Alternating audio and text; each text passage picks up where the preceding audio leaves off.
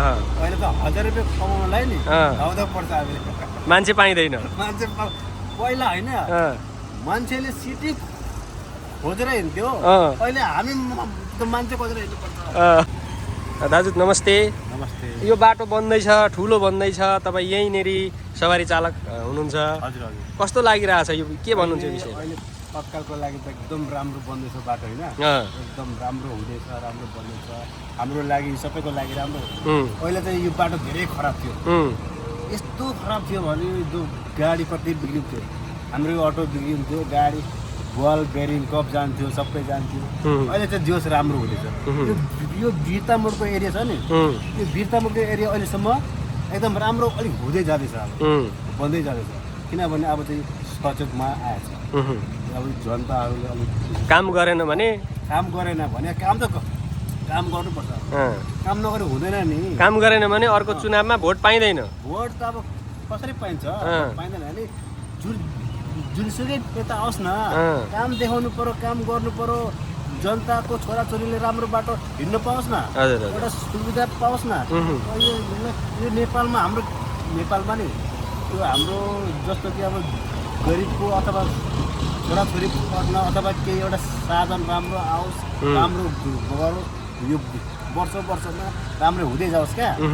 हामीको भने जे होस् अब यो शनिसरे रोड जुन यो पुलचोकसम्म राम्रो बन्ने भयो यसले सवारी चलाउन पनि अब चाहिँ सजिलो हुने भयो सजिलो मजाले सजिलो अब जहीँ तहीँ जाँदा सजिलो अटो पनि सजिलो सिटी पनि सजिलो अब यो बनिन्जेलमा त यतिखेर कृषिथोक रोड हिँड्नु परेको छ अप्ठ्यारो छ अलिकति त छ कि अलिकति यो पनि समाधान हुन्छ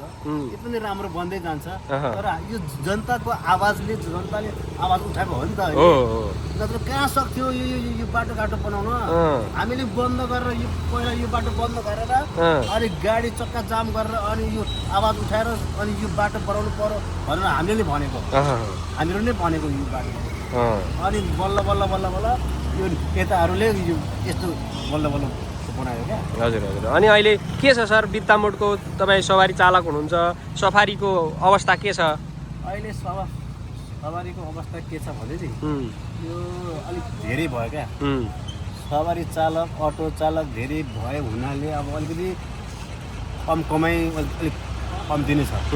कमाइ छैन आजभन्दा 4-5 वर्ष अगाडिको अवस्था र अहिलेको बिल्कुल फरक वर्षको त बाप यस्तो कमाइ हुन्थ्यो 8,000 9,000 10,000 एउटा सिटी बराबर यस्तो जमाना छ क्या अहिले यहाँको के छ सवारी उसमा भनौँ न जुन वीरता मोडको व्यवस्थापन छ पार्किङको कुराहरू छ अहिले त्यो कुरा छैन अहिले तपाईँको पार्किङ भन्नाले अब ठाउँमा छ होइन जहाँ तहीँ रोक्न दिँदैन ट्राफिकले ट्राफिक नियममा जहाँ त्यहाँ रोक्न दिँदैन त्यो पनि बिस्तारै बिस्तारै त हुन्छ ट्राफिक नियम पालन गर्दै गयो भने यो जतिवटा सिटी अटो छ गाडी छ एउटा मतलब पार्किङ हुँदा राम्रो हुन्थ्यो क्या अझै व्यवस्थित छैन अहिले व्यवस्थित छैन अब बिस्तारै हुन्छ कि अब आशा छ हामीलाई हुन्छ यहाँलाई धेरै धेरै धन्यवाद